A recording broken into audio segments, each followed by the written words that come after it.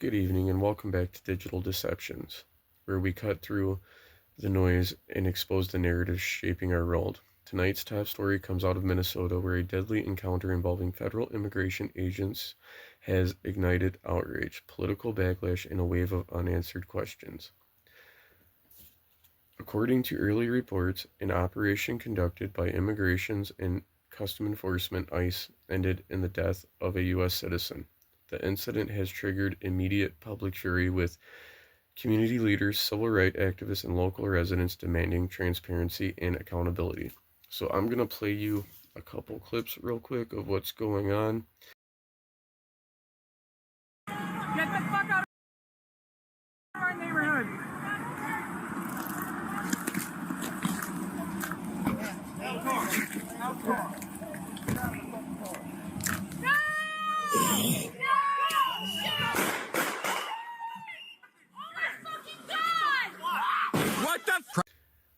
Witnesses say the situation escalated rapidly during what was described as a routine enforcement action. Details remain scarce, but the fatal outcome has already sparked protest across the state, with demonstrations calling the killing unjust and avoidable. I will play you a clip of protesters and what's happening to them real quick.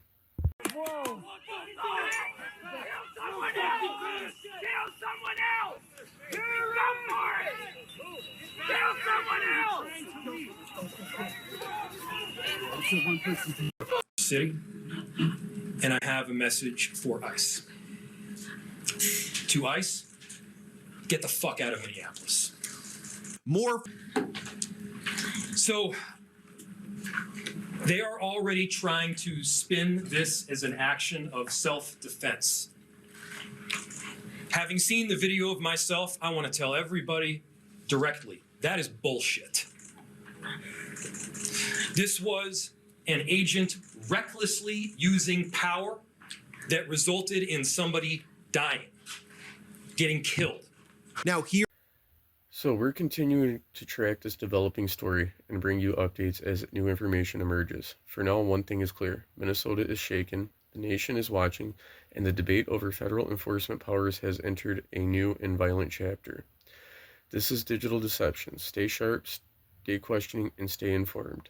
If you've made it this far into the video and like what you see, please remember to like, subscribe, and share. I'm going to end the show with what Kristi Noem had to say about this. Hope you guys have a good night. It was an act of domestic terrorism. What happened was our ICE officers were out in an enforcement action.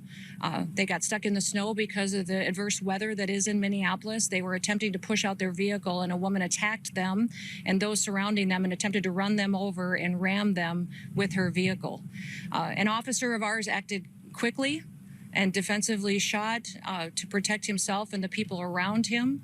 And my understanding is that she was hit and is deceased. We're continuing to gather more information, but this goes to show the assaults that our ICE officers and our law enforcement are under every single day.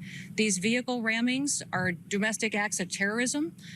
We're working with the Department of Justice to prosecute them as such. We will continue to protect our ICE officers and in cooperation with other law enforcement agencies as well.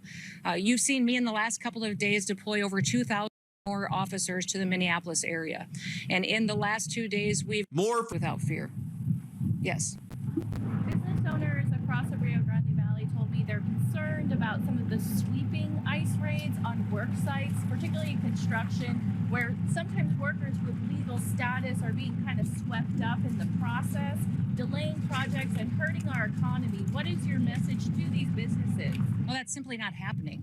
So it's just not true. We are focused on going after the worst of the worst in every community across this country to make sure that we're making our streets safer. And anyone who is a citizen of this country or is here legally has nothing to fear, has nothing to get out of bed in the morning to be scared of, because we are only enforcing the law. If you are in violation, if you have perverted one of our programs in order to be here illegally, absolutely, you may be held accountable for that action.